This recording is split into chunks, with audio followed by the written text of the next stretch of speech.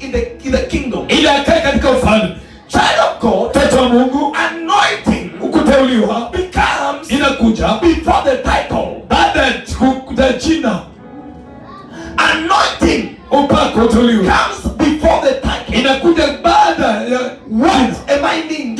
Inamaanisha nini? I mean, Inamaanisha somebody might be seated here mtu anaweza kuwa amekaa hapa and anointed, na ameteuliwa, but you are not called a pastor. lakini haujaitwa mtumishi. You are not yet called a evangelist. Haujaitwa You are not yet a prophet. hata wewe si nabii. So because anointing Sababu kuteuliwa comes before the title. inatangulia jina. I want to tell each other, Nataka nikwambie mtoto wa Mungu, if you are here and filled by the Holy Spirit, sababu kwa hapo na mwito wa Mtakatifu, it means that you are anointed. inamaanisha umeteuliwa. Lift up your hands Inua mkono wako and the other hand on your head na mkono mwingine kwa and kichwa. say, I am the Sema anointed. kwamba mimi ni mteule. You can make a better Fanya zaidi ya hapo. Say, I am the Na mimi anointed. ni mteule.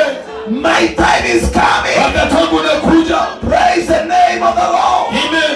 We are anointed differently. Tumeteuliwa kitofauti. There are people that are anointed Kama mtu ambaye ameteuliwa with the gift of healing. katika na kipaji cha There are people uponyaji. who are anointed Nani ameteuliwa by the gift of counseling. na vipaji vya kutupea There mawaidha. are people who are anointed Nani ameteuliwa by the gift of giving. na vipaji vya There kutoa. are people who are anointed Nani ameteuliwa by deliverance ministry. na ukombozi wa ukombozi. Your time will come. Wakati kunapokuja, That you are to know my neighbor. wakati mwambie jirani, Wait for your time. subiria kwa wakati wako. So his time came. Wakati ukaki ukafikia. When his time came, Wakati wako ulipotimia, everybody, your time is coming. yeyote ule wakati wako unafika. The situation you are in right now, Anisaku ulisomo ndani sasa.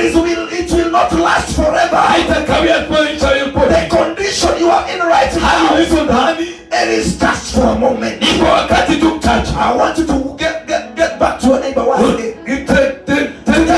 You are preaching to your neighbor. Unamhubiria jirani yako. Tap your neighbor to know my neighbor. Wakati mwambie jirani, My time is coming. wakati wangu unakuja. Don't judge me by the way I look. Vile ninavyokaa. Don't judge me Usinihukumu by my appearance, wakati mwingine nafanana. because I am anointed already. Sababu nimeteuliwa. Hey, I am anointed already. Nimeteuliwa hakika. But my time Wakati wangu is coming. unakuja. Lift up your voice and shout amen. Sema ndio. You can do much better than that. Shout amen. Sema amina.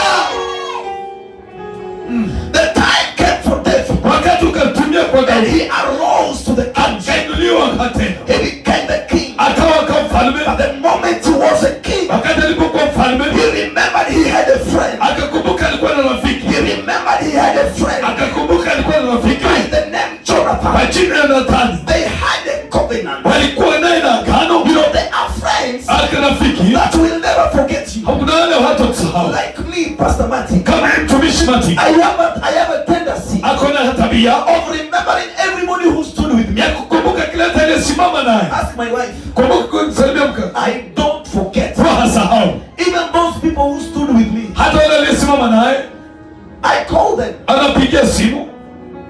I don't forget them. Hasahau.